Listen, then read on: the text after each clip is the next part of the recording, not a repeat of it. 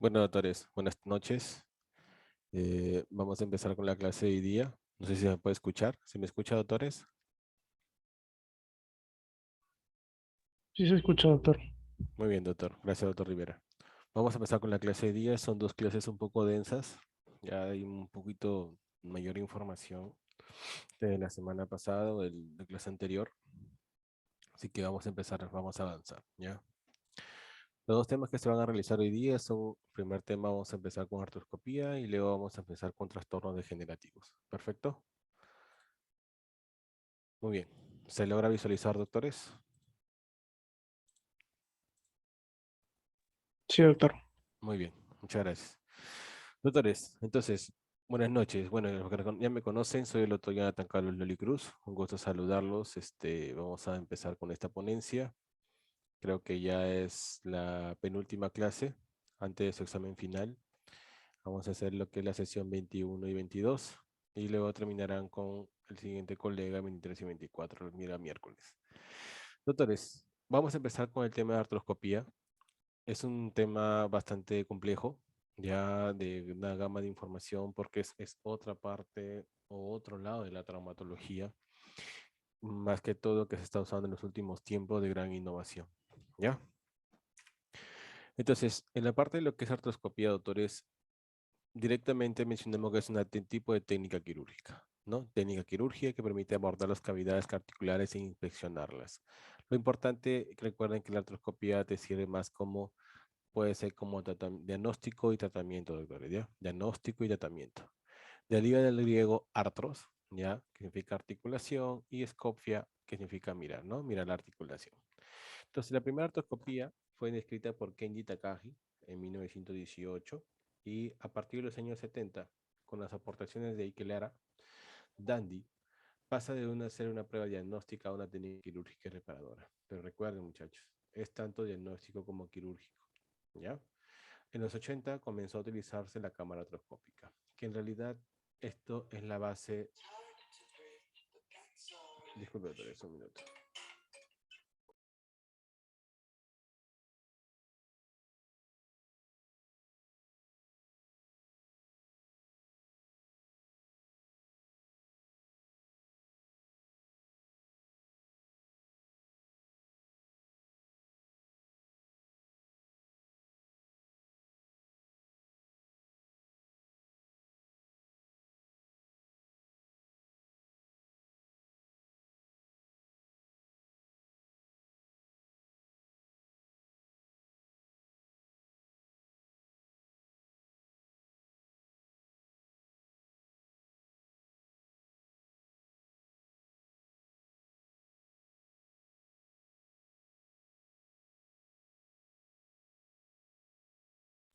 Muy bien, doctor, disculpe.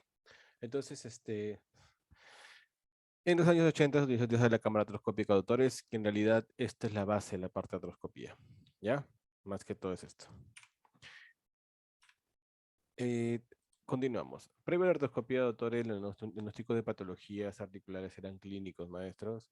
Clínicos, luego se procedía a las artrotomías exploratorias, ¿no? O sea, hacíamos que cirugía abierta en este caso, ¿no? Eso se llama artrotomías, o sea, abrir la articulación. Al comienzo los procedimientos artroscópicos eran diagnósticos, no. La resonancia magnética fueron incluidos como estudios preartroscópicos, doctores. Perfecto. Parte un poco de la historia en la cuestión también del manejo actual con la parte artroscópica, cómo ha ido evolucionando entre los años. Los procedimientos endoscópicos, doctores, que al comienzo era de tratamiento para patología articular deportiva, ¿no?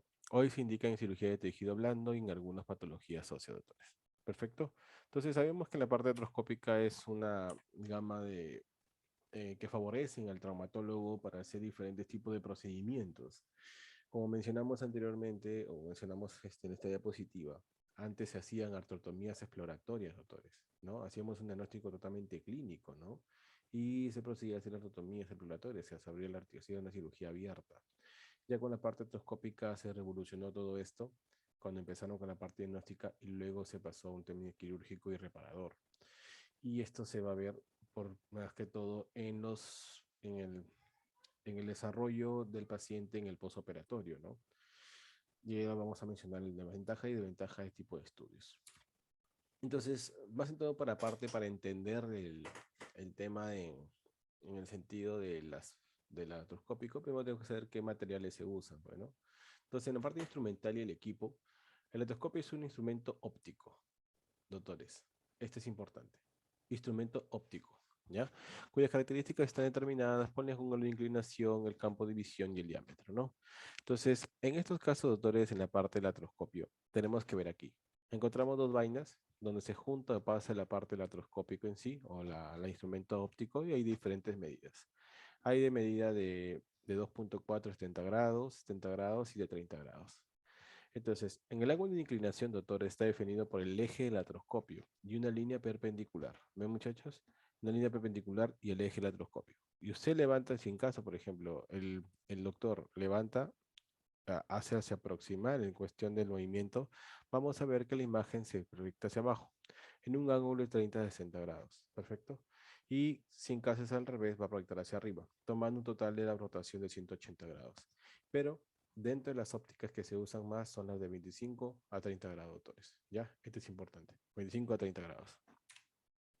Entonces, otros tipos de instrumentales, perdón, materiales que se usan son la fuente de luz, que transmite la luz fría a través del cable de fibra óptica. Tenemos la cámara de televisión, que es de pequeño tamaño, compacta, se puede esterilizar en unas ocasiones y se conecta directamente con el artroscopio.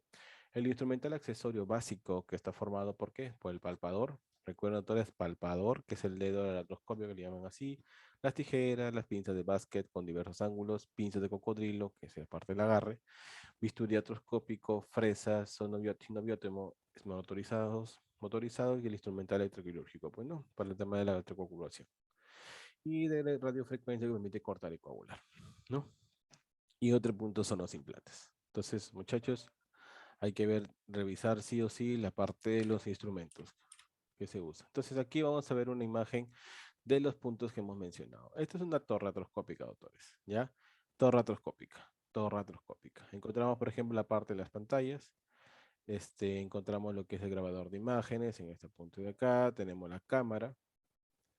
Tenemos lo que es la fuente de luz. Tenemos el motor y el vaporizador, ¿ya? Entonces, sí, la bomba de agua. Bomba de agua. Siempre en la parte quirúrgica, doctora, se usa siempre suero salino en condiciones frías, ¿ya? No calientes. Entonces, en la parte de las ventajas, doctores, tenemos ¿qué ventajas te puede dar este instrumento en la parte quirúrgica? Es menor movilidad posoperatoria, doctores, ¿sí? Menor movilidad posoperatoria. Tenemos incisiones mínimas, si han tenido oportunidad de verlo, ¿ya? De poder oportunidad de verlo. Son incisiones totalmente mínimas que solamente tengan que entrar los trocars para poder realizar la cirugía. Tenemos una respuesta inflamatoria mucho menor, con menos dolor postoperatorio. Esto es importante. Recuerden que en estos casos, ¿qué quiere decir? Que tienen menos riesgo de hacer ISO, ¿no? Infección de sitio operatorio, y tienen una recuperación mucho más rápida. Por eso recuerden que siempre en las cirugías traumatológicas que vemos en el postoperatorio, más que todo es el dolor, pero no por la manipulación en estos casos, cuando en cualquier tipo de cirugía traumatológica, pero recordemos que con el tema de artroscopía esto disminuye, pero es menos dolor postoperatorio y la respuesta inflamatoria es menor. Diagnóstico más preciso, ¿no? Las lesiones se observan directamente, cuando en estos casos más asociados cuando hablamos de lesiones ligamentarias. Efectos secundarios menos frecuentes en comparación con la artrotomía. Recuerden que la artrotomía, las complicaciones más frecuentes que podemos pensar es una infección de sitio operatorio, ¿no? Infección de la parte más que toda la articulación. Entonces, menos frecuente, pero no porque la apertura es mínima, pues no. Tenemos reducción del costo hospitalario, ¿sí? Reducción del costo hospitalario. Hay disminución de la tasa de complicaciones hasta 0.2% de los casos y posibilidad de realizar procedimientos quirúrgicos dificultosos por cirugía abierta, doctores. Miren, este punto es importante. Posibilidad de realizar procedimientos quirúrgicos dificultosos por cirugía abierta, ¿no? Es una ayuda en algunas cirugías que no se pueden realizar, por ejemplo, cuando son ligamento cruzado, por ejemplo, ¿no? Y las desventajas, doctores, se han dado cuenta, las diferencias son desventajas, son pocas, totalmente son pocas. Se trabaja a través de accesos pequeños, perdón, con instrumentos frágiles y delicados, así hay que cuidarlo mucho. Es necesario realizar un aprendizaje específico y prolongado. Siempre nosotros en la parte de artroscopía, se lleva parte del estudio en la especialidad, pero siempre requiere de hacer estudios en otros lugares donde hay mayor casuística y se puede realizar un tipo de aprendizaje mayor, pues, ¿no? Para que el resultado postoperatorio sea mucho mejor. Y tenemos necesidad de disponer de un equipo especializado, eso sí también, doctores. Dando cuenta, por ejemplo, en algunos hospitales no se cuenta con tipo de instrumento en la parte de que es la artroscopia, no se cuenta con esto. Entonces, ese es un tema de desventaja. Entonces, doctores, aquí este cuadro resume todas las posiciones quirúrgicas que se pueden realizar. Por ejemplo, en hombro, posición de playa, de cúbito lateral, de cúbito supino. Codo, de cúbito prono, de cúbito lateral, y muñeca, posición supina, ¿no? Acá tenemos, por ejemplo, el mesa de Trendelenburg, piernas elevadas 15 grados por el tema de posición de playa, ¿no? Y ventajas y desventajas es anatómica, ¿no? Más visión y articulación, pero menos neuropraxia. Importante. En el cúbito lateral, 45 grados de aducción y 15 grados de flexión hacia adelante y sistema de tracción. Mejor visualización de articulación prenumeral y espacio subacromial. En la posición de cúbito supino, brazo de suspensión, contracción y codo en 90 grados, ¿no? Fácil acceso a la región medial y lateral y difícil a posterior, doctores, ¿ya? De cúbito prono, más que todo en la parte de hombro, aducción 90 grados y flexión de codo. Recuerda que también se puede usar el tema del codo aquí. Y también aparte de hombro, si en caso queremos un decúbito prono, acceso a región anterior y posterior y permite extensión completamente del codo. Decúbito lateral, hombro flexionado 90 grados y buen acceso posterior, peor en el anterior. ¿Me encontramos, doctores? Miren, hay diferencias en la parte de cúbito supino con el cúbito lateral. Y la posición supina, torre de tracción o dispositivo de brazo con sistemas de contratracción, ¿no? Permite evaluar evaluación estática y dinámica del torno de la muñeca, ¿no? Este sistema de tracción y contratracción, no sé si lo habrán visto algunos cuando a veces utilizamos este tipo de tracción y contratracción cuando hacemos transducciones de muñeca, ¿no? En ese sentido se refiere a ese tipo de sistema de tracción y contratracción. Pero en este caso usan un tipo de material con torre más sofisticado, según lo que menciona en este cuadro. Tenemos el tema de cadera en dos posiciones, doctores, de cúbito supino y de cúbito lateral. Muy bien. Mesa de tracción, poste perineal, extensión y 21 grados de opción de cadera, más sencilla, no necesita dispositivo de tracción especial. Y de cúbito lateral, tracción de pie y poste en perineo. Tenemos acá útil en obesidad y espolones en región anterolateral y acetábulo. Tenemos en rodilla el cúbito supino, donde un soporte sobre el manguito de isquemia para fijar la extremidad, ¿no? Y permite aplicar fuerza de varo valgo y rotación de la extremidad, doctores. Y tenemos lo que es el tobillo, aquí en decúbito supino y decúbito prono. El decúbito supino, distracción o dorsiflexión del tobillo. Recuerda, dorsiflexión del tobillo. Este término es extensión del tobillo también, ¿ya? Más utilizada y acceso a región anterior. Y si está decúbito prono, soporte debajo de la parte distal de la pierna, ¿no? Para poder flexionar el tobillo, para poder extender un poco el tobillo. Y una tracción si necesaria y acceso a región posterior, ¿no? Muy bien, decúbito supino, pues, boca arriba, de prono en forma coloquial, boca abajo, ¿no? Dentro de la posición de los portales, podemos encontrar en una tabla de para miembros superiores y miembros inferiores. Los portales encontramos habituales en hombro. Tenemos posterior, anterior, lateral estándar y antero superior. Perfecto. En la parte posterior, 2 centímetros inferiores y 2 a 3 centímetros medial al acromio. Tenemos aquí en la parte anterior espacio rotador, formador del tendón subescapular abajo, capa de femoral lateral y tendón de bíceps arriba. En el hombro tenemos, aparte, tenemos lateral estándar, altura de un punto medio, borde lateral acromial, exceso del espacio subacromial. Y hay un punto también importante que tenemos que tener en cuenta, que es el nervio axilar, que pasa por 5 centímetros debajo de la acromio. ¿Qué quiere decir? Que es una zona de seguridad. Tenemos lo que es el anterior superior, entre la coracoides y acromion delante de la porción larga del bíceps y acceso a la región anterior glena y esperación subacromial. Estos son los portales complementarios al hombro. Tenemos lateral superior, neviácer, anterior inferior 5 en punto, lateral anterior, acromioclavicular, el de Wilmington, doctores. Esto por favor se lo aprenden, Wilmington. Y el posterior lateral o 7 en punto. Tenemos en el codo, tenemos estos abordajes habituales. Recuerden la palabra, doctores, portales habituales. Medio lateral, anteromedial y posterolateral, doctores. Medio lateral entre cabeza radial, epicóndilo y punta del cráneo. Anterolateral a 1 centímetro delante y 0.5 centímetros debajo. Del epicóndilo lateral a la altura de la articulación radiocapitular. ¿Ya? Y tenemos anteromedial a 2 centímetros encima del epitrócleo, posterolateral tenemos fuera y arriba el orecano. Portales complementarios, tanto el lateral proximal y el posterior o tríceps. Y en la muñeca, doctores, tenemos de 3 4 4 5 6 radial. Eso significa más que todo la parte de las correderas, tercer, cuarto radial, cuarto y quinta corredera y sexta corredera, ¿ya? Es importante, 0.5 centímetros tuberculo de lista y en el cuarto y quinto compartimiento dorsal, ¿ya? Y en el sexto radial tenemos esto, más que todo de la corredera, tenemos radial en el tendón extensor cubital del carpo. Muy bien. Y en el miembro inferior, doctores, a nivel de cadera, rodilla y tobillo, tenemos en cadera anterior, que es el 0.5 centímetros distales a la espina ilíaca anterosuperior. Recordad que acá encontramos el nervio cutáneo femoral, que se divide y se rama ascendente femoral circunfleja lateral 3.7 centímetros, anterolateral y posterolateral. Anterolateral es lateral anterior, ¿no? Próximo al nervio glúteo superior, doctores. Recuerden, acá es nervio glúteo femoral, acá nervio glúteo superior.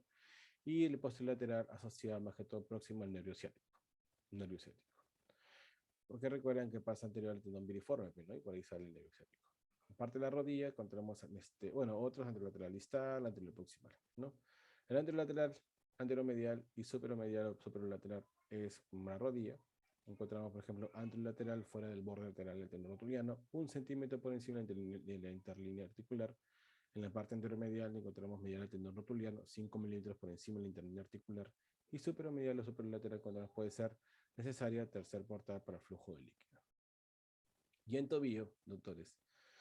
Endoscopía de tobillo muy poco se realiza, doctores. Más frecuente requerición es todo, ¿ya? Cadera y rodilla. Tobillo tenemos anteromedial, anterolateral, posterolateral y posteromedial, doctores. Anteromedial tenemos medial al tendón tibial anterior, no recordamos próximo a la vena safena.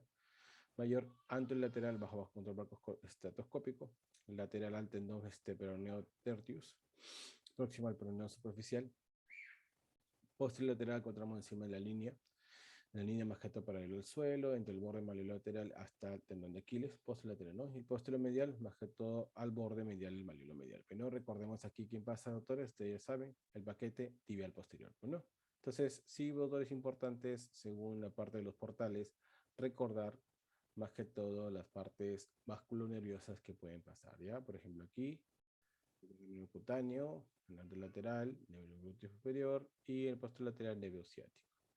En la parte de la rodilla, sí, más que todo mencionar los tipos que puedan encontrarse. Y en el tobillo, sí, ver más que todo las partes vasculonerviosas, ¿ya? Muy bien, doctores, esos son los portales para mencionarlos. Y doctores, esto sí, muchachos, es importante porque encontramos unas indicaciones de artroscopía por cada segmento. Encontramos, por ejemplo, en hombro, codo, muñeca, cadera, rodilla y tobillo, ¿no? En hombro se usan lesiones de Bankart, Hill-Sachs, importante en estos doctores. Ya, eso sí, ustedes saben, eso ya lo he mencionado, me imagino, el colega cuando hablaron de hombro. Tenemos reparación del magnito rotador, liberación del nervio supraescapular, síndrome de subacromial laterosis acromioclavicular y tendinitis del bíceps. Al nivel de codo, extracción de cuerpos libres, epicondilitis, osteocondilitis secante, artrosis postraumática y rigidez y fracturas intraarticulares. Al nivel de muñeca, tenemos evaluación del dolor crónico de muñeca, tenemos reparación de roturas ligamentarias, reducción y fijación interna de fracturas radiostales y escofoideas, debilitamiento y reparación y resección del tendón cubital distal. Tenemos sinovectomías, extracciones de cuerpos libres sin gangliones, debilitamiento de artritis degenerativa y artroplastia y recepción. A nivel de cadera y rodilla, que es donde se usa mal el tema artroscópico, encontramos choque femoroacetabular y displasias, doctores, importante. Cuando hablamos de choque femoroacetabular, hablamos de pinzamiento femoroacetabular, doctores. Y la parte de displasia importante, porque recuerden que pacientes que han sufrido displasia en niños tienen riesgo de hacer artrosis en jóvenes, ¿no? También hacer realizar debridamiento y regulación del ligamento redondo, también. Osteocondromatosis sinovial y sinovectomía artroscópica, rotura de rodete, enfermedad degenerativa, osteofitas con pinzamiento, necrosis avascular, extracción de cuerpos libres y contracción capsular e infección articular. En la parte de la rodilla encontramos lesiones, ligamentos cruzados y meniscos, es importantísimo, los más usados en el anterior. Tenemos trastornos femorrotulianos, o también se llama síndrome patelofemoral, ya por ejemplo en tema de las condromalasias aquí, en las condromalasias. Tenemos alteraciones de cartílago articular, artritis degenerativa, doctores, sinovectomía artroscópica y artrofibrosis, ¿no? Unas complicaciones cuando llevan a producir rigidez, cuando no se trata a tiempo. En tobillo tenemos conflicto de compartimiento anterior y posterior, artrodesis artroscópica del tobillo, lesiones osteocondrales de la cápsula sagalina, dentro de la artrodesis de tipo primaria, ¿ya? Tenemos sinovectomía del tobillo y tenemos osteosíntesis de fracturas articulares del tobillo. Y dentro de la parte de las complicaciones, doctores, encontramos el tipo de complicaciones que pueden sufrir y el método de prevención, doctores. Dentro de la complicación tenemos lesiones de estructuras intraarticulares, que se puede realizar en prevención, no forzar el artroscopio u otros instrumentos, mantener la extracción de la articulación, realizar portales con la dirección adecuada. Dentro de la lesión de menisco y la almohadilla de grasa a nivel de las rodillas, tenemos que evitar portales demasiado bajos cerca del tendón rotuliano. Donde hay lesión de ligamentos cruzados, cuidado con los instrumentos motorizados indebidamente de fosa intercolínea, ¿ya? La ligamentoplastia. Lesión de estructuras articulares, bisturí solo penetran en piel, utilizar trocales romos, mantener distensión, instrucción articular adecuada, conocer técnicas y anatomía de la zona intervenir. En el tema de artrosis, doctores, o sangrado de la rodilla, tenemos cuidado con la liberación de la tinea lateral. En las tromboflebitis, al limitar el tiempo de isquemia prolongado más de 60 minutos, ¿no? Y la inmunización postoperatoria. Tenemos, por ejemplo, y emplear la profilaxis antitrombótica, ¿no? Heparina de bajo peso molecular. Tenemos infecciones, antibiótico profiláctico en pacientes de alto riesgo, por ejemplo, diabéticos, meningitis, inmunodeficiencia, alteraciones cutáneas. Evitar el tiempo de isquemia prolongado y esterilización del material. En parecias por manguito automático, deshinchar el manguito después de 90 a 120 minutos. En las hernias y fístulas sinoviales, evitar las vías de acceso grandes. Y la soltura del instrumental, control periódico del estado del material. Entonces, doctores, hasta aquí estos cuadritos, doctores, son tema del resumen en sí de lo que es la parte de artroscopía, de cómo se nos interesan, las posiciones, los portales, el superior e inferior, y las indicaciones en artroscopía, si doctores hay que aprenderse esto, y las complicaciones, más que todo en el tema que puede suceder, ¿no? Y cómo se pueden prevenir. Entonces, dentro de la patología de cadera, doctores, encontramos, cuando mencionaba mucho el tema de la artroscopía, como le mencioné, se usa más en dos lugares, en dos zonas, cadera y rodilla, doctores. Es el más importante, es en cadera y rodilla, ¿ya? Encontramos que la indicación más frecuente de la artroscopía de cadera es el tratamiento artroscópico del pinzamiento femoroacetabular, doctores. Este es importante, pinzamiento femoroacetabular. Y encontramos dos síndromes de tipo de pinzamiento, doctores, el tipo PINS y el tipo CAM, ¿ya? Y también encontramos lesiones del abrón acetabular. Entonces, cuando ya hablamos en el tema del síndrome de pinzamiento, en las últimas décadas, doctores, el estudio de la biomecánica ha permitido entender el dolor de cadera en el adulto joven. Pero no es importante encontrar un paciente con adulto joven en cadera, recordemos siempre el tema de displasia. Eso tenemos que descartar, ¿ya? Lo más frecuente, ¿no? Se produce por alteraciones morfológicas en el fémur y el acetábulo. Ya, pues, esa es displasia. Se presenta en una historia de dolor a nivel de la ingle, que se incrementa en el reposo y después de una actividad física intensa. Es el origen de una artrosis de cadera por daño a nivel del labro, después de la hiperflexión de cadera forzada, ¿no? Entonces, dentro del síndrome de pinzamiento de cadera tenemos que hacer una deformidad ósea articular causante de un pinzamiento, conflicto de espacio en determinados movimientos de la cadera, especialmente flexión y rotación interna, doctores. Flexión y rotación interna, doctores. Recuerden esto. Flexión y rotación interna. Entonces, dentro de los dos tipos de pinzamiento tenemos pincer y CAM. El tipo pincer, doctores, es más que todo se trata de la cavidad acetabular y el tipo CAM a nivel del cuello femoral. El tipo pincer de la cavidad acetabular consiste en una alteración de la orientación o profundidad de la cavidad acetabular y acá provoca lo que es atravesamiento del labro entre la ceja anterior y el cuello femoral. Y el tipo CAM no, el tipo CAM se trata más que el del cuello femoral porque hay una nefericidad. Se pierde la forma esférica de la cabeza. Ahorita la vamos a mostrar. O prominencia tipo jiva en la región anterior de la unión cabeza y cuello femoral. Desplaza el labrum, ¿no? Acetabular hacia la cápsula y provoca una presión y fricción, pues, ¿no? En la alteración del cuello femoral sobre la cartílago y eso produce el dolor. En la mayoría de los pacientes, doctores, es mixto, ¿eh? Mixto, doctores, mixto. Entonces, acá encontramos una imagen de la parte del fémur proximal normal. Las partes, pues ya ustedes ya lo han visto, trocante mayor, trocante menor, cuello y cabeza, ¿no? Esta es la imagen donde se inserta parte del ligamento redondo, redundante que queda, ¿no? Y algunas líneas que encontramos acá, líneas espirales, las líneas pectíneas y la fosa trocantérica, pues, ¿no? La fosa trocantérica. Entonces acá encontramos una imagen ya de la lesión. Vamos a darnos cuenta que el tipo pincer es un tema más asociado al tema del acetábulo, en la cobertura acetabular. Y el tipo CAN es una pérdida es una pérdida de la parte esférica de la zona del cuello-cabeza del fémur, ¿ya? La mayormente siempre es mixto, no es individual, es mixto.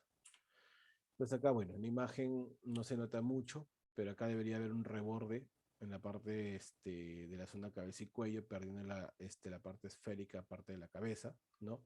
Y el tipo pincer, bueno, acá vemos, ¿no? Acá vemos, muchachos. Este es el CAM, ¿ya, doctores? Acá viene el error, aquí viene el CAM, y esta es parte del pincer, ¿ya? Esta es parte del CAM, esta es la pérdida esférica.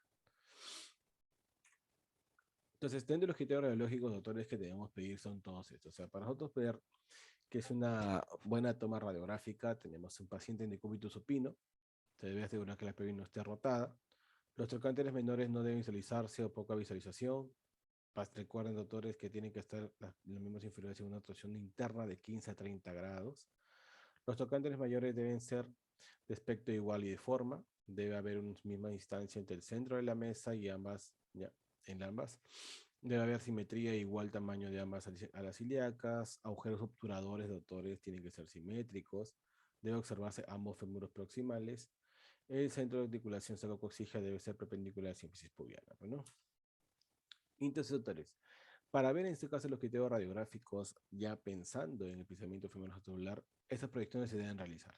La proyección anteroposterior, la proyección de Dunn-Ripstein y la proyección axial cross-table, no cross-table de cadera y la proyección de falso perfil. Lo más importante son la P y la proyección de Dunn-Ripstein, ¿no? Entonces, la P, para resumir esto, paciente que está en decúbito supino, con una torsión interna de 15 grados, ¿no? ¿Y qué se puede observar? Articulación sacroiliaca, los cálculos vertebrales L4 y L5 y segundo, sínfisis pubiana, la articulación de la cadera o costo femoral, parte de la asentación de la acetábula anteroposterior, ¿no? Pared anterior, pared posterior, espinas isquiáticas, profundidad del acetábulo, podemos encontrar lo que es la parte del fémur proximal, parte del offset superior, cuello femoral y el índice de destrucción de la cabeza femoral, ¿ya?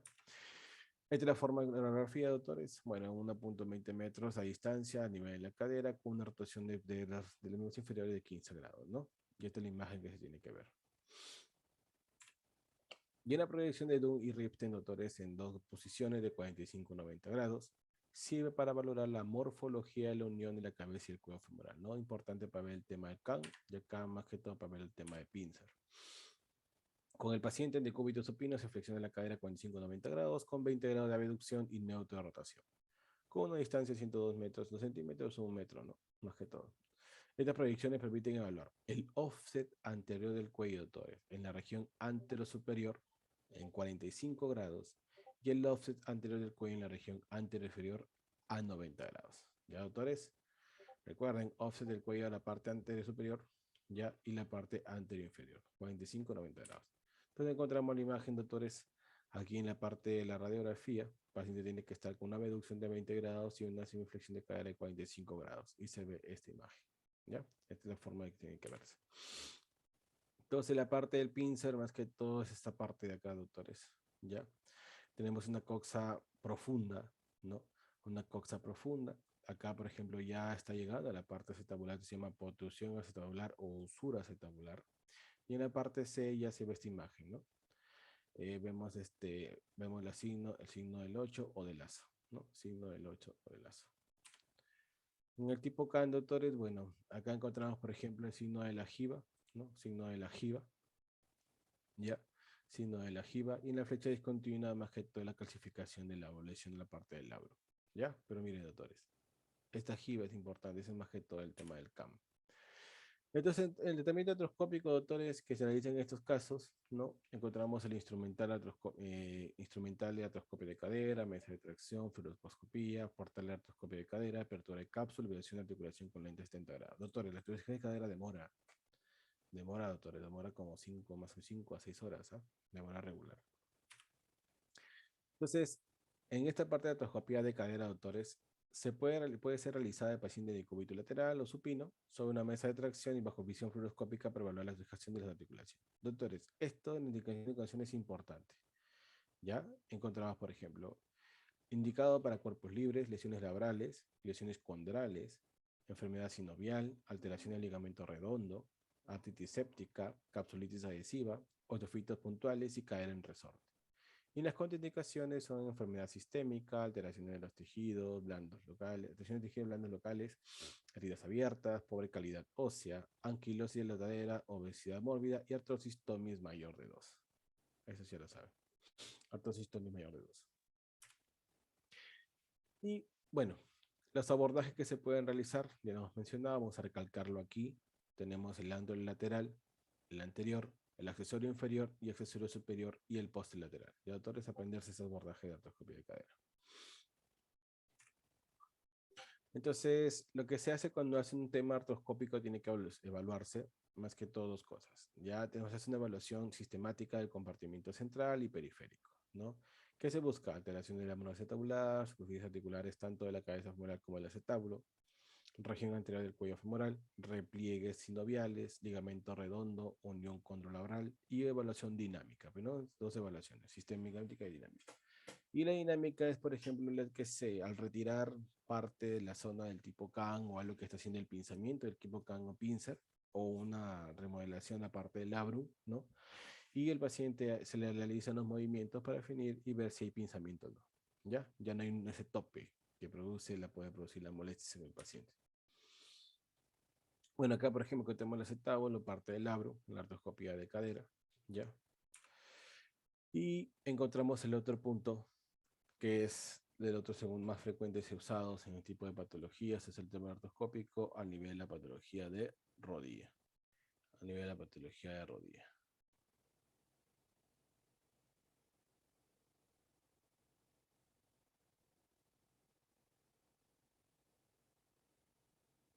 Muy bien. Entonces, en la versión de rodilla hemos hablado un poco en la clase anterior de un tema de gonalgia no traumática, ¿ya? Pero hemos mencionado algunas lesiones aquí hablando de la parte ligamentaria que se tiene que usar en este tipo de tratamiento, es la artroscopía. Entonces se produce por traumatismo de rodilla, en este caso, bueno, por tema traumático, más que todo por tema deportivo, con vectores de flexión, valgo, varo y traslación sobre su propio eje, ¿no? Dos grupos de pacientes más importantes en jóvenes y adultos mayores, y hay dolor tipo mecánico, cuando es de patología meniscal y inestabilidad cuando es la lesión del ligamento cruzado anterior y posterior. Y esto ya hemos visto la semana pasada. Dolor tipo mecánico. Hay derrame articular, hay signo del témpano positivo, hay signos clínicos especiales de rodilla para descartar lesiones meniscales, doctores, a nivel del ligamento cruzado anterior, posterior y lesiones condrales. Y esto sí, pues, no necrosis vascular de cartílago idiopático. Entonces, en la parte de diagnóstico, la parte siempre acordamos que cuando son patologías de rodilla encontramos diagnóstico clínico. Hemos mencionado la semana pasada los tipos de test que se pueden realizar para ver el tipo de daño que pueda tener. Tenemos con maniobras especiales de rodilla para el diagnóstico de la patología de rodilla.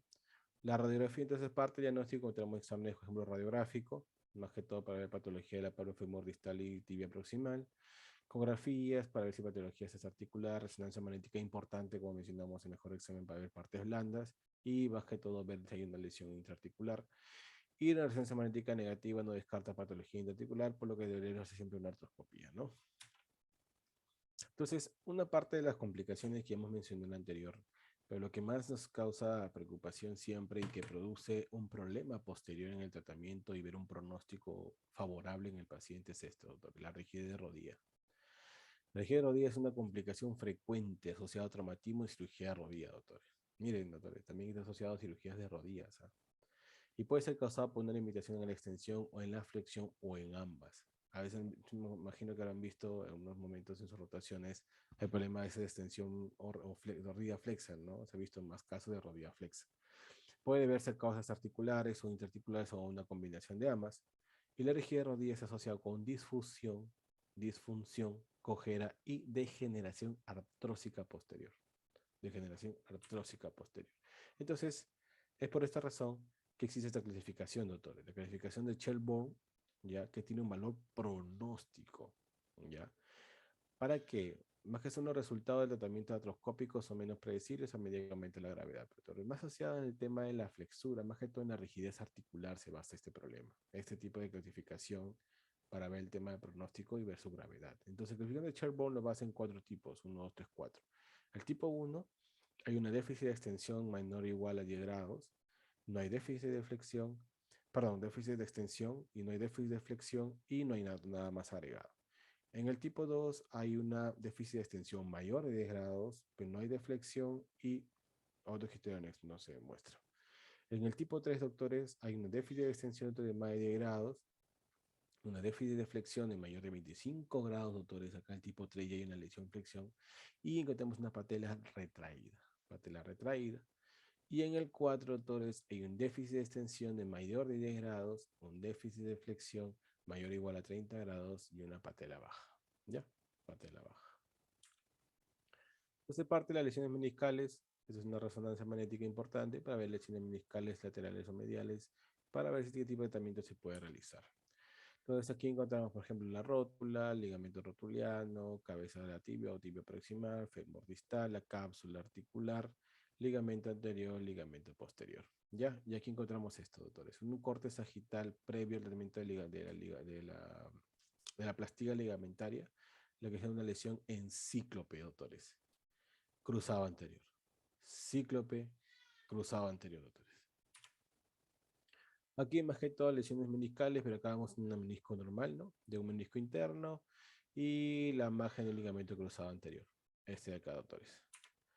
Y acá vemos ya la lesión. Después una ruptura del ligamento cruzado anterior y acá una lesión o ruptura del menisco por el nivel del cuerpo. Acá en la parte de imagen del tipo de tratamiento que se puede realizar, hay muchas formas. Ahí ya hemos visto la semana pasada, me parece, hemos hecho hay menisectomías totales, parciales o también las suturas, ¿no? Acá, por ejemplo, se puede hacer una limpieza, ¿ya? Y o la imagen de una sutura meniscal artroscópica. Y la parte de reconstrucción del ligamento cruzado anterior, como ya hemos mencionado, se usa más que todo en las tendinoplastías, que puede ser de tipo hueso, tendón, hueso, ¿no? Que hay dos lugares, la pata de ganso y del tendón rotuliano, ¿no? Lo que más se usa. Muy bien, doctores. Esta es la clase, la primera parte de la clase. Recordemos siempre que la parte artroscópica, doctores, sí, hay que revisarlo. No es muy tedioso, pero sí hay que tomar en cuenta más que en el toma de la patología de cadera y rodilla, que es en lo que más se usa este tipo de instrumentos, este tipo de manejo quirúrgico, ¿ya? Muy bien, doctores, un minuto.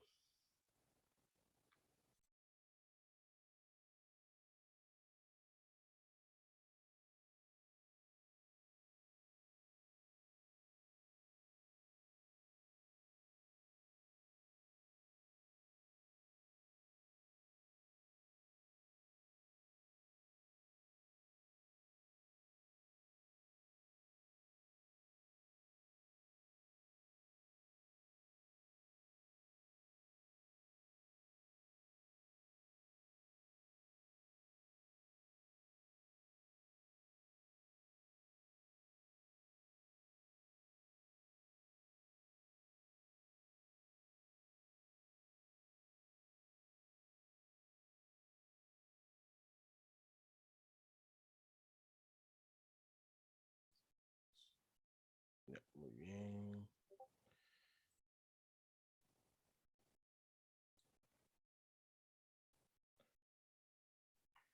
Muy bien, doctores. Entonces, el otro tema que vamos a hablar hoy día es la parte de trastornos degenerativos y metabólicos, ¿ya? Es el segundo tema. Continuamos. Bueno, doctores, aquí sí hay que tomar un poco de importancia porque ese es uno de los temas que más se ven en pacientes que son adultos mayores, más en el tema de trastorno degenerativo, ¿ya? Entonces, en el tema de trastorno degenerativo estamos basándonos en la patología que llamamos nosotros artrosis. Artrosis.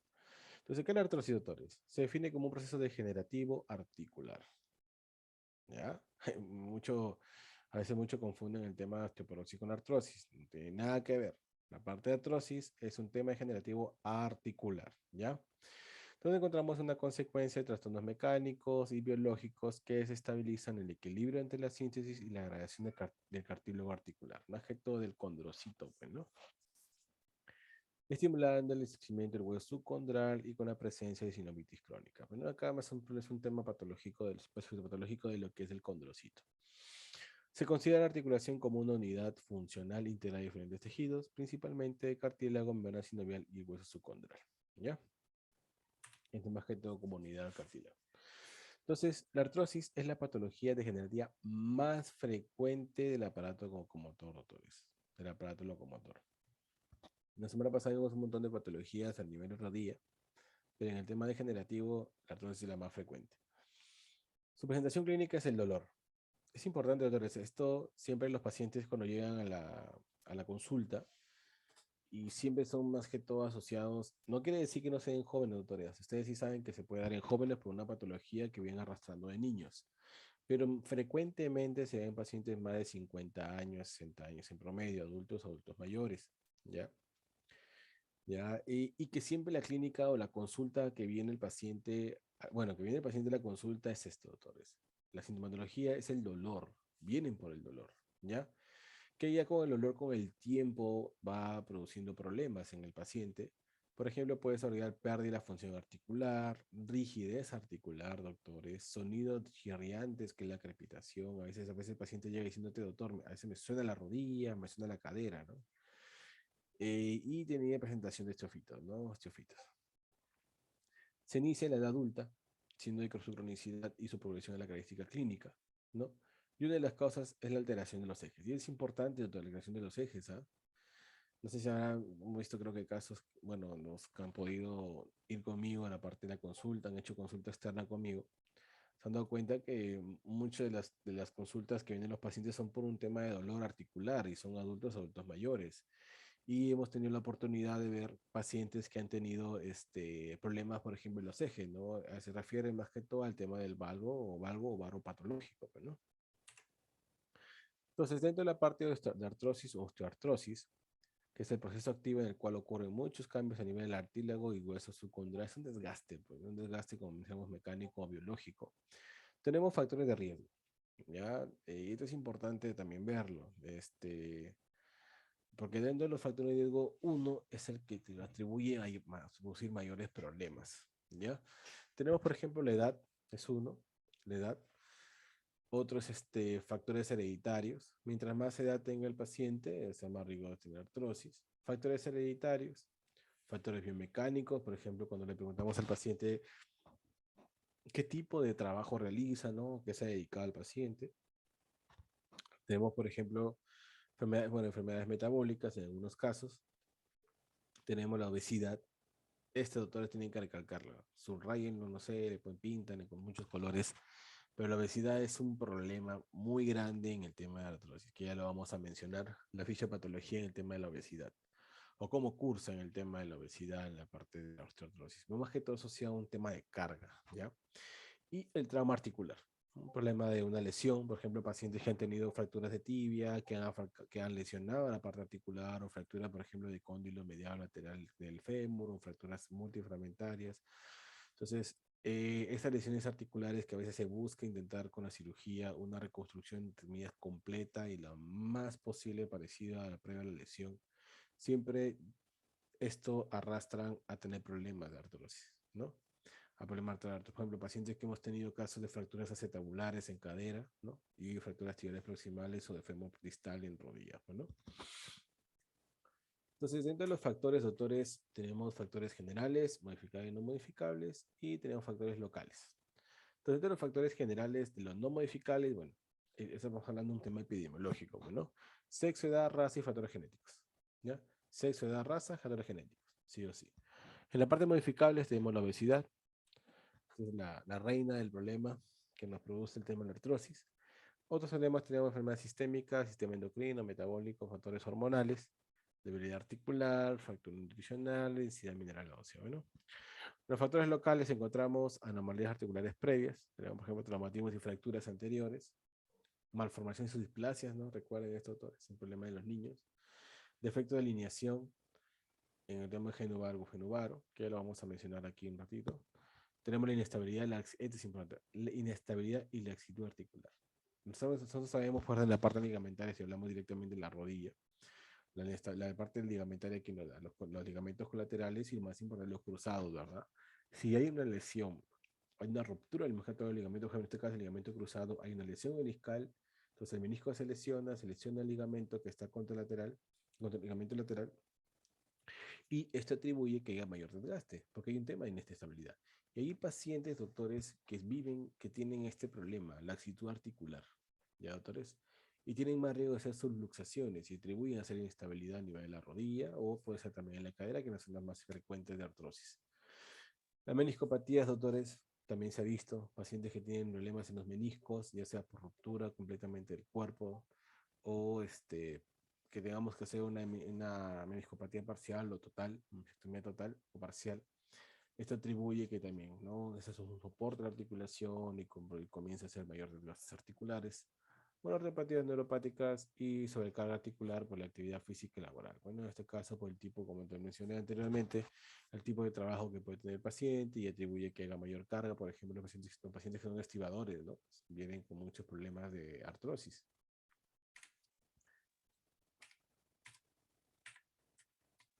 Entonces, en una articulación normal, lo que pueden afectar, como mencionamos, son edad y sexo, ¿no?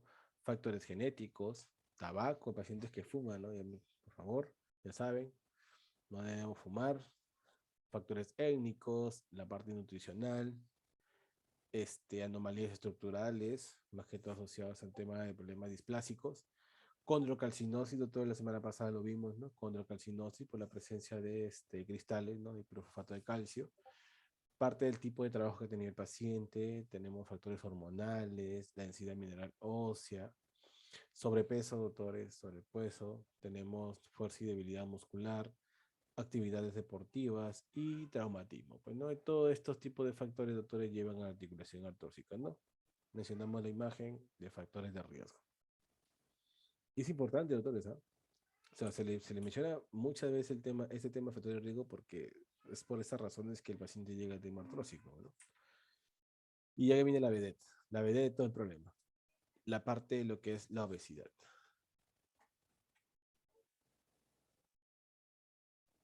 Entonces, en lo que es la parte de la obesidad, doctores, vemos tres puntos importantes en el tema de la obesidad.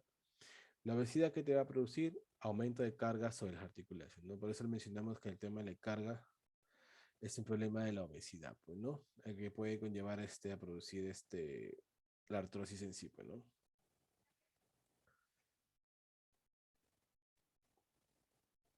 Después tenemos lo que es la parte de microinflamación local o sistémica. Recuerden que la obesidad, por un problema fisiopatológico, produce un tema de inflamación crónica en las zonas, puede ser local y sistémicos, asociados también a la resistencia a la insulina, que esto lleva al sistema metabólico y todo lo demás, pues, ¿no?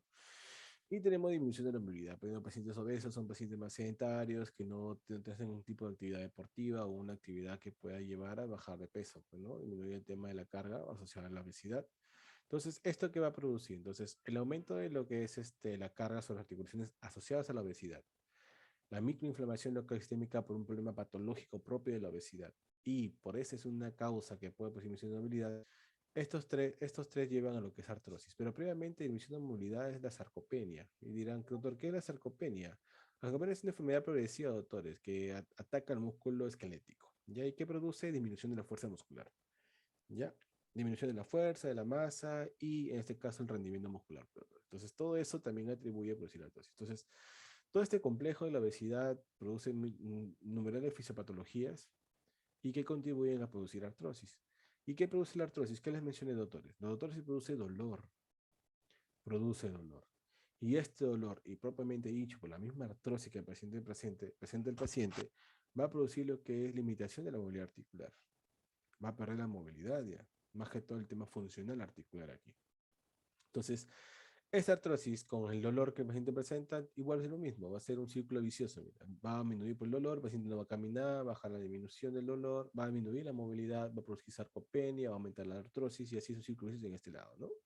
Y por otro lado, cuando ya afecta lo que es la parte de la función de la articulación por el tema de la artrosis, va a producir que el paciente aumente la grasa corporal porque no va a poder hacer nada. Va a vivir un tema sedentario y va a aumentar la obesidad. Y ahí aumenta, y ahí se ve todo el círculo vicioso asociado a la obesidad y los problemas que puede causar para llevarte a la artrosis.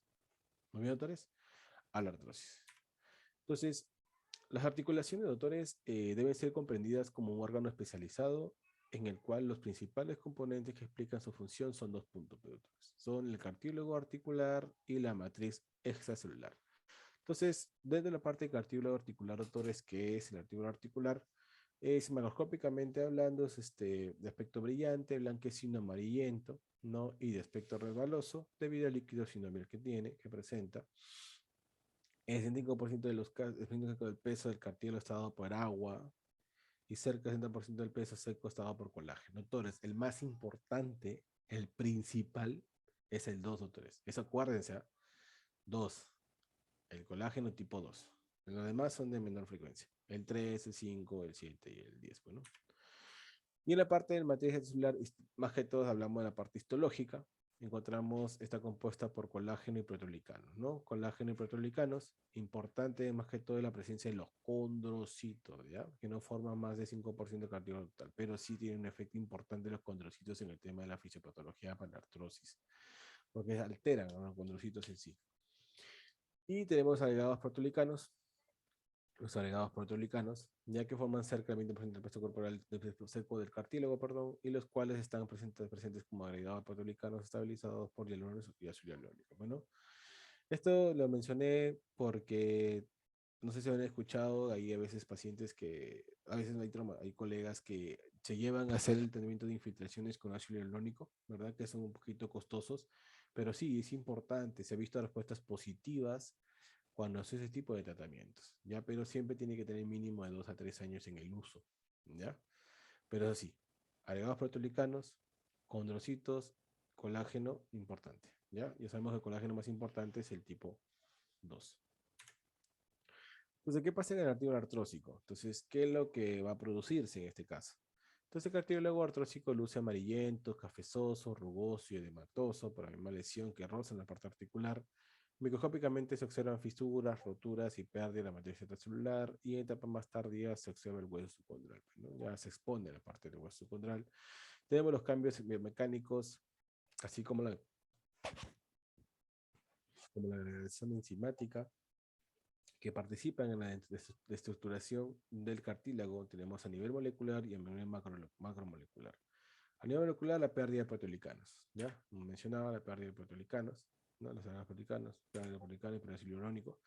Y en macromolecular tenemos la pérdida del área de colágeno, importante, y esto que atribuye cambios microscópicos como fisuras y los cambios microscópicos como roturas, ¿ya?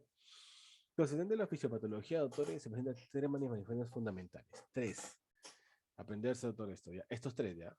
Estos tres. Sinovitis, destrucción del cartílago y alteración en el hueso subcondral, remodelado óseo con esclerosis subcondral, osteofitis y osteonecrosis focal. Doctor, estos tres importantes. Sinovitis, destrucción del cartílago y alteraciones en el hueso subcondral. Y cuando hablamos en el efecto que sí se asocia a la fisiopatología de artrosis es esto, doctores. El efecto catabólico versus el efecto anabólico. Esto es parte de la fisiopatología y explica el tema de la artrosis, doctores. Porque el efecto más asociado a la artrosis es el efecto catabólico. ¿Por qué? Porque degrada el colágeno que gracias a la existencia de metaproteínas de la matriz, doctores, ¿ya? Es el efecto catabólico. Entonces, esa es la fisiopatología, doctores. Esta es fisiología mediamente pura, por así decirlo. Podemos hacerlo un poco, decirlo a grosso modo. En la matriz celular, doctores, encontramos esta acumulación de doctores, acumulación de productos finales de glicasión avanzada. Esto que lleva a producir, doctores, alteración del colágeno. Altera el colágeno, su producción de colágeno, entonces ya hay un problema estructural acá ya. Entonces, ¿qué va a producir esto? Alteración de las propiedades mecánicas de la parte articular. Muy bien. Esta es en la matriz, pero en la célula, doctores, atribuye estos tres puntos, aprendérselo. Acumulación de proteínas dañadas, lípidos y dañado. Tenemos alteración de la función mitocondrial, doctores, y aumento del estrés oxidativo. Ustedes saben, doctores, que el estrés oxidativo, ustedes ya llegaron fisiopatología, saben que esto atribuye por muchas sustancias que dentro de la parte de los oxidativos conllevan el tema de la apoptosis celular, ¿no? Entonces, si aumenta el estrés oxidativo, en este caso, ¿qué va a aumentar? Obviamente, las especies activas de oxígeno, ¿ya? Y estos dos atribuyen a producir este problema, el efecto. Aumenta el catabolismo y disminución del anabolismo. El disminución del anabolismo consiste en la función del condrocito, y esto atribuye por el aumento del catabolismo, por el aumento del estrés oxidativo, muerte celular. Pues no, parte de la apoptosis o muerte celular que atribuye en estos casos. Entonces, es un equilibrio en el anabolismo y el catabolismo. Entonces, hay sustancias que atribuyen a favorecer el anabolismo y hay otros que en el catabolismo. Por ese problema de desorden asociado a la parte artrósica, Entonces, en el anabolismo pierde efecto, pierde fuerza. ¿Y acá quién actúa? La síntesis de matriz, ¿no? Que es la materia extracelular importante en la parte de la, histológicamente hablando, de la parte del cartílago, y la condrogénesis, doctores. La condrogénesis. Pierde estas funciones, los factores de crecimiento disminuyen, hay problemas de citoquinas antiinflamatorias, no se secretan. Entonces, y en la parte catabólica, doctores, al revés. Esto aumenta la fuerza del efecto catabólico. Entonces, acá aumentan las prostaglandinas, ¿no? Parte inflamatoria. Prostaglandinas, radicales libres, las arecanasas, que las llaman acá arecanasas, y tenemos el efecto que se produce en lo que es la apoptosis, pues, ¿no? Por el estrés oxidativo que conlleva a nivel celular. Esto que va asociado a adipocinas, el aumento de la glucosa también, y recuerden que el aumento de la glucosa asociado más que todo a la obesidad, que tiene un proceso inflamatorio, y la citoquina, pues, ¿no? Que son temas inflamatorios. Muy bien, entonces, doctores, aprenderse cuál es el efecto anabólico y cuál es el efecto catabólico. Entonces, dentro de la clasificación y la etiología, pues hay un montón. Hay un montón, hablamos en el tema de la cefaltrosis. Tenemos artrosis primaria y secundaria. Bueno, las primarias son localizadas o generalizadas. Entonces pueden ser oligoarticulares o poliarticulares. Pueden ser con formas colónicas diferentes. Por ejemplo, tenemos la artrosis erosiva de diferentes intrafalángicas distales. Tenemos artrosis de rodilla en manos en mujeres obesas, ¿no? Artrosis de cadera en varones. Secundaria tenemos, por ejemplo, postraumáticos, tenemos enfermedades congénitas, las displasias, ¿no? Importante, trastorno del desarrollo, ¿no? Metabólica, doctor, eso sí, ¿ah? Por favor, enfermedad de Wilson, de Gaucher, la hemocromatosis y la ocrognosis, ¿ya? Ocrognosis. Tenemos enfermedades endocrinas como acromegalia, tenemos diabéticos, hipotiroidismo, hiperparatiroidismo. Miren, doctores, ¿ah? Hiperparatiroidismo y hipotiroidismo, ¿no? El hipotiroidismo más que todo disminuye las funciones metabólicas, ¿no? ¿Ya? Y el hiperparatiroidismo, ¿qué significa? Es más que todo por el tema del calcio, ¿verdad? El tema del calcio.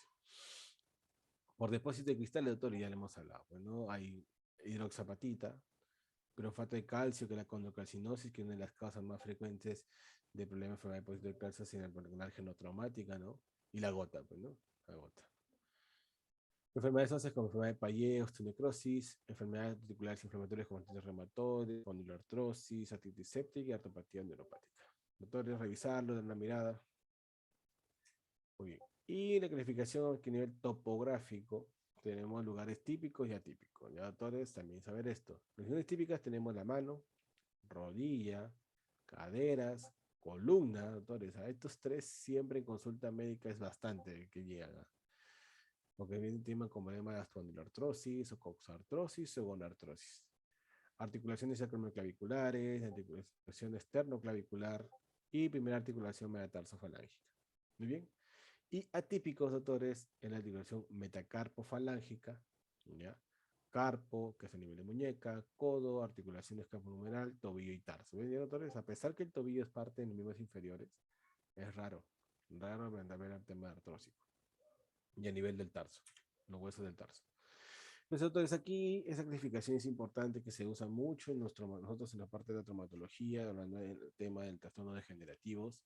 Tenemos lo que es la clasificación de Kellgren y Lawrence. Bueno, la función de Kellgren y Lawrence está asociado a 5 puntos. La semana pasada creo que lo llegué a mencionar, pero acá ya está en el tema del cuadro. Tenemos 5 grados, de 0 a 4. 0 normal, una radiografía normal. Pues no, eso es más que todo asociándose a la radiografía, doctores, ¿ya? En este caso ya hago radiológicos. Tipo grado 1 es efecto dudoso, donde hay estrechamiento de interlínea, de dos estrechamientos y posibles osteofitos, doctores. Posibles osteofitos. Palabra importante, posible. El grado 2 es un posible estrechamiento de la interlínea y osteofitos presentes. Esto sí ya acá se ve. Se ve los osteofitos. En el tipo 3, perdón, el grado 3 es moderado. Tenemos, por ejemplo, estrechamiento de la interlínea, moderados osteofitos, ahí hay mayor cantidad de presencia de osteofitos, esclerosis leve y posibles deformidades de los extremos óseos. Más importante nosotros acordarnos de este, estrechamiento de la interlínea. Ya acá y hay una presencia sí o sí estrechamiento de línea, ¿no? Dentro de los osteofitos, pues sabemos que hay marginales, periféricos centrales, pero ya que ya se muestra, pues en todos. Y el grado 4, doctores, en esta parte. Hay marcados de echamiento de interlínea, entonces ya, porque a partir del 3 ya está presentándose, hay un montón de osteofitos en todos los lugares, hay deformidad de los extremos óseos y esto, doctor. Esclerosis. La esclerosis severa o la esclerosis subcondral, ¿ya? Esto es la palabra clave acá. Entonces, bueno, otra imagen para verlo más que todo ya a nivel radiográfico, unas imágenes más y mencionar los puntos importantes. Pero igualmente de 0 a 4, que son 5 grados, Torres 5 grados, no olvidar 5 grados, no decir que le ponga 4 y se equivoque, no, 5 grados, 0 a 4. Desde la descripción, la primera 0 es normal, no hay nada. El 1 es dudosa la presencia de osteofitos. El leve, como mencionamos, la presencia ya sí o sí de osteofitos. El 3, que es el moderado, y hay presencia sí o sí, doctores, de pérdida de la parte interlínea articular. Y el 4, la palabra importante es la esclerosis subcondral. Esclerosis subcondral. Entonces, cuando hablamos en tema de artrosis, patologías frecuentes que vemos a nivel de consultorio, a nivel hospitalario, artrosis de rodilla, artrosis de cadera. Entonces, la artrosis de rodilla, bueno, algunos mencionan que se inicia a nivel de adolescencia, asociado, por ejemplo, a síndromes patelofemorales, más que todo en actividad física, más que todo en estos casos. Su presentación en clínica es el dolor importante, doctor, es la clínica que más se asocia, más importante, más frecuente de consultas diarias, no hospitalario, dolor, dolor, dolor, dolor, dolor, dolor. Al inicio se presentan actividades físicas intensas, pero en el tiempo se presentan actividades cotidianas, ¿no? Actividades cotidianas. La causa es alteración de los ejes biomecánicos, doctores, de los ejes biomecánicos, que aumenta el coeficiente de fricción y la alteración de los componentes del cartílago. Bueno, entonces importante aquí, ¿ya? Alteración de los ejes biomecánicos, biomecánicos. Entonces, y a esto referimos con ejes biomecánicos. Nosotros normalmente tenemos un valgo fisiológico, doctor, de 9 grados, ¿ya? Entonces, cuando sobrepasamos, o sea, si disminuye estos grados y vamos al varo, es totalmente patológico, ustedes saben. El único momento que tenemos un varo fisiológico, doctores, es el nacimiento hasta antes de los 2 años de edad. Después, de 3 para arriba, tiene que ser neutro o normal, y a partir de 7 años ya el niño comienza a tener un valgo como el adulto, recién ahí. Pero hasta los 2 años se puede considerar fisiológico la presencia del varo. De ahí ya no, por si acaso. ¿Eh? La deformidad en valgo y aparte del valgo, pues si aumenta más estos grados referenciales, ya se considera un tema patológico. Pues, ¿no? Entonces, dentro del eje biomecánico, doctores, se hace una línea, ¿no? En el centro de la cabeza hay dos tipos, ¿no? Biomecánicos y anatómicos, donde el eje biomecánico es una línea en el centro de la cabeza, del centro de la cabeza del fémur al centro de la rodilla, pues no, al centro de la rodilla, y se une con una línea del centro del tobillo al centro de la rodilla, que es más que todo 88 grados, y el anatómico es una línea que pasa la diáfisis, tanto femoral y una diáfisis tibial, y la intersección forma un ángulo que se consideraría 81 grados. No se olvide, doctor, el biomecánico es de la cabeza femoral, por si acaso, ¿eh? Y el anatómico es de los ejes diaficiarios. ¿Ya, doctores? No olvidar. Y esto es bien importante, doctores. Aquí vamos a hablar un poco de esto para que entiendan. Nosotros conocemos un tema de planificación, ¿no? Si, por ejemplo, si encontramos a este tipo de paciente, ¿no? Un paciente genoval o genovaro, patológico, ¿ya? Que son unicompartimentales las artrosis, ustedes saben que puede ser bicompartimentales, tricompartimentales, tenemos que la rodilla tiene 3 compartimentos, compartimento interno, externo y retropatelar, ¿no? Entonces, cuando es unicompartimentales por un valgo patológico, entonces podemos hacer un tipo de planificación quirúrgica que se llama las osteotomías. Y esto se basa en lo que se llama el CORA. El CORA es el centro de rotación de la angulación, doctores, que nos permite a nosotros hacer la osteotomía. ¿Cómo es esto? No es más que un punto que pasa, no es más que un punto por donde pasa un eje, este de acá. El eje de corrección de la angulación, el cual es perpendicular a la dirección de la angulación. ¿No, doctor? Este es el eje. Se hace una línea de oficiales asociando lo que es el eje anatómico, ¿no? Pero en este caso, como hay un problema de genovalgo en este caso, en esta formación de hueso, parece una imagen de la tibia, vemos hay una angulación que no es normal, entonces es una línea en la parte donde está el problema de la angulación. Entonces, eso se llama CORA. CORA. Entonces, ¿qué hacemos? Entonces, el CORA representa el vértice de la curva en teoría y es el punto idóneo para realizar una osteotomía. Entonces, importante, punto idóneo para realizar una osteotomía. Entonces, ¿cómo es esto? Entonces, una vez terminado el cora, ¿no? O sea, cuando se línea ya, este se llama la bisectriz, ¿no? La bisectriz o el punto cora y se pasa una línea, que es la bisectriz, que normalmente es la parte de la angulación del problema de del problema de la deformidad. Entonces, una vez que se calcula eso, se calcula el cora, se debe calcular la magnitud de la angulación del ángulo alfa. El alfa es la medida que es es una línea de la diáfisis proximal hasta la parte distal, y entre el ángulo alfa es esta línea, doctor, este ángulo que se asocia a la línea diáfisis distal hacia la línea perpendicular, la línea de 180, ¿no? De 180 del eje diáfisis de la proximal a la distal, ¿ya? Entonces el ángulo alfa se calcula y luego se calcula el ángulo beta. El ángulo beta es la parte restante. La parte restante. Ángulo beta. Que se divide en dos por la bisectriz. ¿Ya? Se divide en dos por la bisectriz. Muy bien. Entonces, cuando ya abarcamos esta parte, doctores, se sacó el ángulo multivo de alfa para ver cuánto le falta para la corrección completa, ¿no? O de la bisectriz del ángulo beta, cuánto falta llegar a 180 grados, ¿no? Entonces, se traza la línea, se toda la bisectriz. Entonces, sobre la punta de la dirección de la angulación, se hace dos puntos. Dos puntos, uno, que es el cora de apertura y el cora de cierre. El cora de la parte de la corticada de apertura es la parte convexa y es que es la parte cóncava.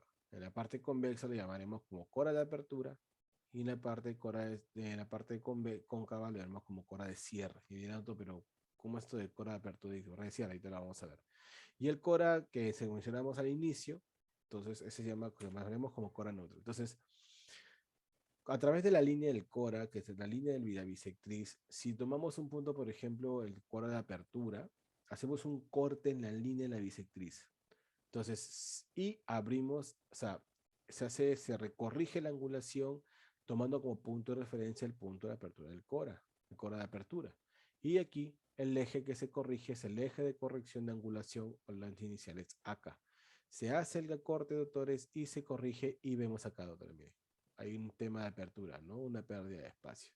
Que aquí ya luego se puede colocar, si por ejemplo si fuera un fémur, ¿no? Se puede colocar un clavo y se puede ir con injerto óseo, que es lo más importante, ¿no?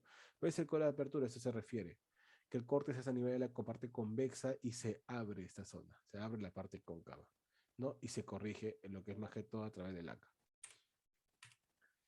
Y el core de cierre es lo opuesto, el core de cierre es lo opuesto. En el core de cierre se usa en la parte cóncava, se hace el corte igual a la bisectriz, ¿no? En el core de cierre y se toma como punto importante el core de cierre. Pero en este caso se hace una osteotomía en forma de V, en forma de cuña, ¿no? Una forma de cuña es el corte, se corrige en este caso, hace con el cuña dependiendo cuántos centímetros se tiene que corregir para poner una angulación de 180 grados en estos casos o mantener dentro de los 7 o 9 grados normales. ¿Ya? Y esto al corregirse, doctores, la osteotomía se realiza y se corrige el eje diaficiario, se corrige el eje, ¿ya? Se corrige el eje anatómico, se corrige el eje mecánico, pero está asociada más que todo a la presencia de una cuña, extracción de una cuña. No se olviden, entonces, cora de cierres a través de cuña, a nivel de la concavidad. En la cora de apertura no, ¿ya? Cora de apertura no. Entonces, hasta aquí hemos encontrado la parte importante de la forma de la planificación quirúrgica, pensando en las osteotomías para corrección de los ejes. Entonces, dentro de la artrosis, doctores, de rodilla, tenemos aquí, pues, no una artrosis de compartimiento interno, una artrosis de compartimiento externo, más que todo en el lado derecho, y vamos a ver la presencia de genuvaro, pues, ¿no? En el lado de imagen derecha, en la imagen izquierda, y en la imagen derecha un genuvalgo patológico. Acá el paciente, por ejemplo, ya hay una subluxación, ¿no? Hay una subluxación y hay una artrosis de 3-4, pues, ¿no? Acá el esclerosis subcondral, ¿ves? Esclerosis subcondral, acá hay una artrosis 3, artrosis tipo 4. Y acá también artrosis tipo 4, de aproximadamente de compartimiento externo. Y acá se realiza el CORA, pues, ¿no? Cuando son unicompartimentales normalmente, ya tienen una edad entre 50 y 60 años en promedio, se puede hacer la cirugía de ostomía correctoras, ¿ya? Ya sea por apertura de apertura o de cierre, o en el fémur o en la tibia. Pues ya si tiene 65 o 70 años, ya cambia el tratamiento, pues, ¿no? Cambia. Entonces, en el tratamiento, por ejemplo, en niños más frecuente es un genovalgo idiopático. En niños más frecuente es un genovalgo idiopático. Bueno, cuando hablamos más que todo de niños, doctores, en el tratamiento ortopédico es al inicio, ¿ya? Entonces, cuando hablamos en este caso de problemas de genovalgo patológicos, se hace lo que se llama una hemiepifisiodesis. ¿Qué es esto? Esto, doctores. Se colocan los tornillos en la parte interna o externa, dependiendo de donde se quiere corregir. ¿Ya? Con el genovalgo patológico, genovalgo, doctores, se pone en la parte interna. Pero ¿qué hace esto? Esto evita que crezca la parte interna. Como un bloqueo en el crecimiento interno de la parte de la rodilla en ambos lados y comienza a corregirse el eje, ¿no? Se comienza a alinear, ¿no? Ya no crece, se alinea solito. Pero al inicio, normalmente cuando, por ejemplo, el paciente viene, si tiene más de 2 años, por ejemplo, de edad, ¿no? Más de 2 años de edad, y el paciente, por ejemplo, viene con un genovalgo, se inicia con tratamiento ortopédico por unas 4 semanas, se coloca por 2 meses, cada 10 o cada 2 semanas. Y si vemos, tomamos una radiografía mesurativa de miembros inferiores y si vemos una corrección, se mantiene, ¿ya? Ya no se opera. Pero si un paciente ya tiene más de 7, 8 años y sigue con el genovalgo, produce dolor de rodilla, tenemos que corregirle a tener un tratamiento como este caso para evitar posteriormente el paciente sufra de artrosis en joven, ¿no? En joven. Por eso acá menciona, el tratamiento quirúrgico es una epifisiodisis, o mejor, hemipifisiodisis en realidad se llama, controlada y se da en la última etapa del crecimiento antes de que se el cartílago de crecimiento. Entonces acá está la radiografía.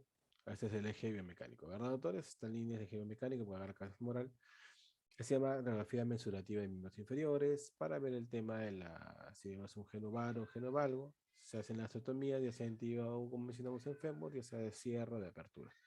Y aquí vemos una imagen, doctores, ¿no? Esta rodilla, más está en genovalgo.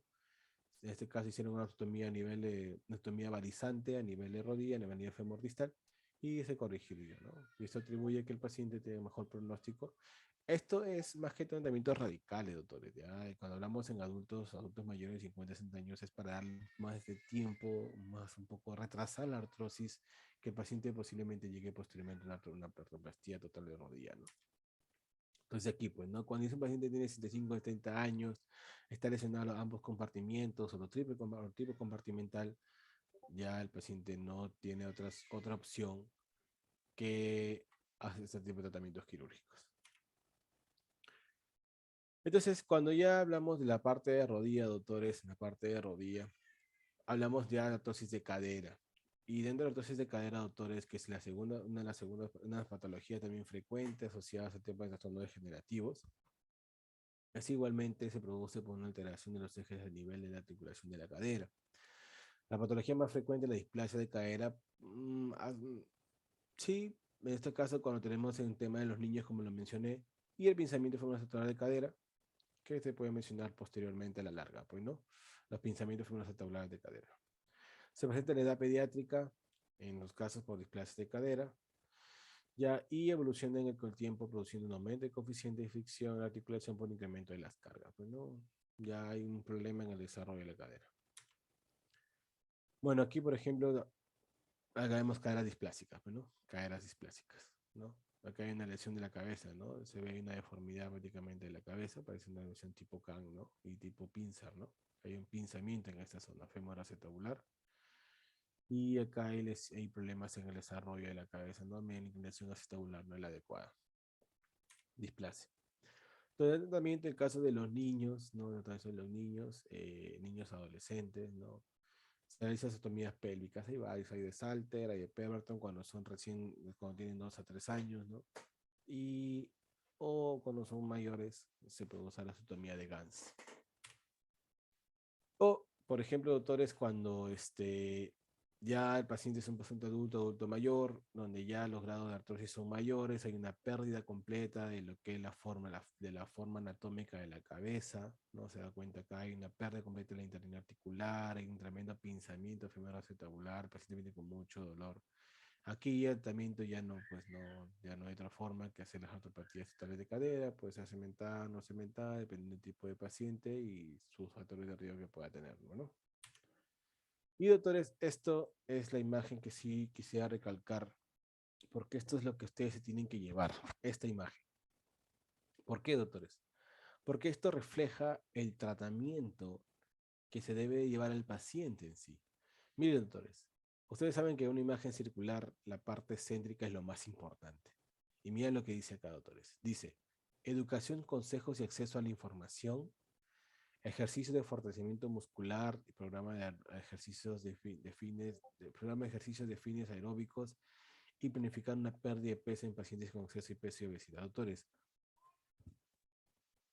se han dado cuenta que, mencionándoles esto, se han dado cuenta que la parte de la trastornos degenerativos de las articulaciones, doctores, es más que todo un tema de prevención. Y no es nada de tomar medicamentos ni infiltraciones, no, doctores, es un tema de educación al paciente. No sé si, como mencionaba, en la parte de cuando nosotros entramos, el paciente se entra a consulta y viene por un consulta de un problema artrósico, no, viene el paciente por dolor, toma la radiografía como mínimo, como examen inicial, ¿no? Y vemos el tema de la artrosis. Viene una paciente de peso de sobrepeso, de obesidad, ¿no? Lo primero que hacemos nosotros decir al paciente es esto, o sea, enseñar al paciente que el paciente tiene que perder el peso, hacer un tipo de ejercicio, un tipo de vida más saludable, hacer actividades físicas diarias, ¿no? Que a veces hasta los jóvenes no hacemos. Y no nos damos cuenta que a la larga vamos a sufrir estos problemas, porque recuerda es un problema de la edad, un problema de carga. Entonces, muchachos, lo primero que siempre en estos casos de problemas artrósicos en los pacientes es la parte educativa. ¿Ya? Es la parte, no es que ya toma tu medicamento para el dolor y se acabó. No, no, eso no es así. O tienes que operarte, ¿no? Lo primero, doctores, es esto, porque así el paciente no tiene que sufrir posteriormente a un tratamiento quirúrgico de alto riesgo, como las prótesis de cadera, prótesis de rodilla, ¿no? Que aparte no son fáciles de conseguir, no es que siempre estén en la mano y con eso el paciente pueda operarse en cualquier momento que ella quiera, ¿no? Bueno, aquí no sucede eso. Entonces siempre es la parte preventiva. Entonces, y vemos a este punto, ¿no? Como les mencionaba, si se dan cuenta el tema de ejercicios y planificar un pérdida de peso está asociado en qué? Un factor de riesgo importante que es la obesidad.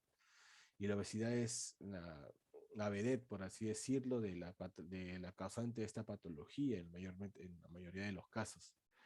Luego ya viene el tema del uso de, mire, paracetamol, doctores, ¿no? Y hay tópicos, no usamos antiinflamatorios, ¿no? Se dan cuenta que es el uso de paracetamol, mira, doctores, un analgésico nomás.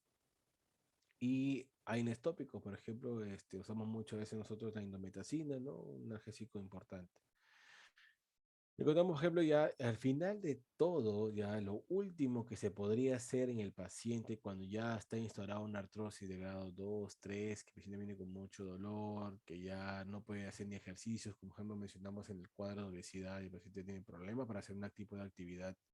Entonces ya viene lo otro, ¿no? Por ejemplo, las infiltraciones, ¿no? Como el uso de la sindolona, o betametasona, ¿no? Como el betadú, que son medicamentos que son corticoides que se pueden usar, pero recuerden que ustedes que no se puede infiltrar el paciente a cada rato, se infiltra una vez al año y algunos mencionan que no se puede infiltrar más de 3 a 4 veces en una articulación de por vida, ya no, ya.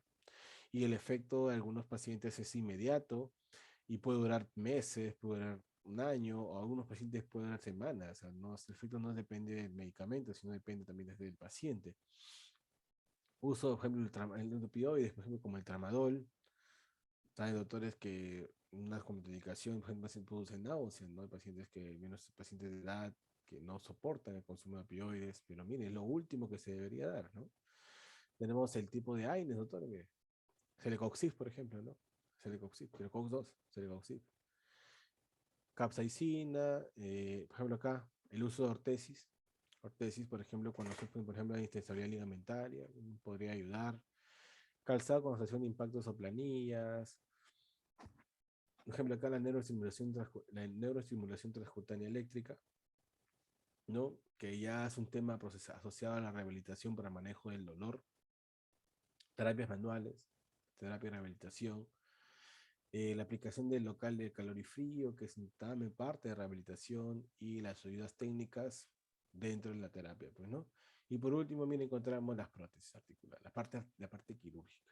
Entonces, doctores, este cuadro, estos sí los tienen que llevar para ustedes, no busquen para el examen, búsquenlo para ustedes, porque van a encontrar ustedes, por ejemplo, Dios quiera, cuando ustedes vayan a su posta, al Serums, cuando ustedes van a ser las personas encargadas de un lugar, de un pueblo, y los pacientes llegan así de un momento a otro a hacer un tema de dolor, viene con dolor de espalda, dolor de cadera, dolor de rodilla, pacientes que se van al monte, regresan cargando peso. Hay pacientes que sí son un poco sedentarias, ¿no? Que activan, no hacen el tipo de actividad. Entonces, lo que hacemos nosotros siempre de inicio, o más que todo en la ciudad, ¿no? Como en las instalaciones en la ciudad, que hay más en la presencia del sedentarismo, ¿no? Y pacientes llegan pacientes con sobrepeso, obesidad, o sea, no sé si una oportunidad que he tenido con uno de los alumnos, con uno de ustedes que han hecho consulta conmigo, se han dado cuenta que llegan pacientes con dolores articulares y son pacientes gorditas, ¿no? Son pacientes de grado hasta de obesidad y le sigue doliendo. A veces uno le menciona, ¿no? La parte del consejo inicial, le debe bajar de peso, disminuir el tema de calorías en el consumo, hacer un poco de actividad deportiva, actividad física si no pueden, salir a caminar un poco en los días. Y no, se han dado cuenta, bueno, ha habido casos conmigo donde el paciente menciona, no puedo, yo no puedo hacer actividad, no puedo caminar, me duele, no puedo dejar de comer, algunos te dicen, entonces también atribuye mucho en el paciente. Pero doctores, este es importante, la parte de educación, la parte del consejo, y acá me retengo un poco más de tiempo en la exposición, porque esto es lo que tienen que llevarse, doctores. Cuando hablamos de trastorno degenerativo es un problema social, un problema muy grande en los pacientes, que no todos tienen la forma o el acceso de poder tratarse los problemas de artrosis, no todos, y sufren con dolor, no pueden hacer nada, y eso limita sus funciones hasta sus funciones básicas de casa.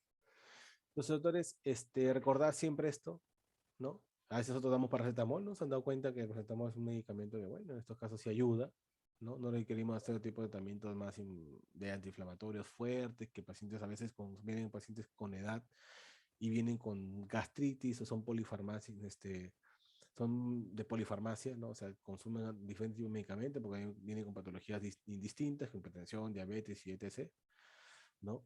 Paracetamol es suficiente, ¿ya? Paracetamol es suficiente. Entonces, doctores, esto sí, téngalo para ustedes, esto es más que todo para cuando ustedes vayan a hacer ya sean cuando les falta doctores poco, les falta 2 años ustedes hacer para que sean ya médicos, casi nada prácticamente, un año de parte teórica y un año de parte de internado médico y se acabó. Muy bien, doctores, entonces, hasta aquí hemos llegado. Esto es lo último de la clase que se ha realizado. Espero que les haya servido parte de la clase y un poco de los consejos que pude llevar al final, y los que han tratado conmigo, bueno. Estudien, muchachos, hasta aquí hemos llegado al tema de la clase. Creo que el examen es el 24, así que muy bien, doctores. Si tienen alguna pregunta, alguna duda, si no hay nada, quedó todo claro, entonces no hay problema.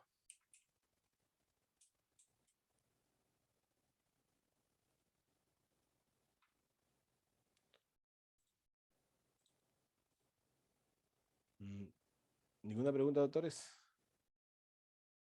Bueno, entonces, hasta aquí hemos llegado. Entonces, si ya no hay ninguna pregunta ni consultas, eh, igual, cualquier cosita, doctores, ustedes saben, trabajo en las Mercedes. Cualquier duda, consulta, estoy a disposición de ustedes, doctores. Muy bien, doctores. Muchas gracias. Hasta luego, Doctor, doctor.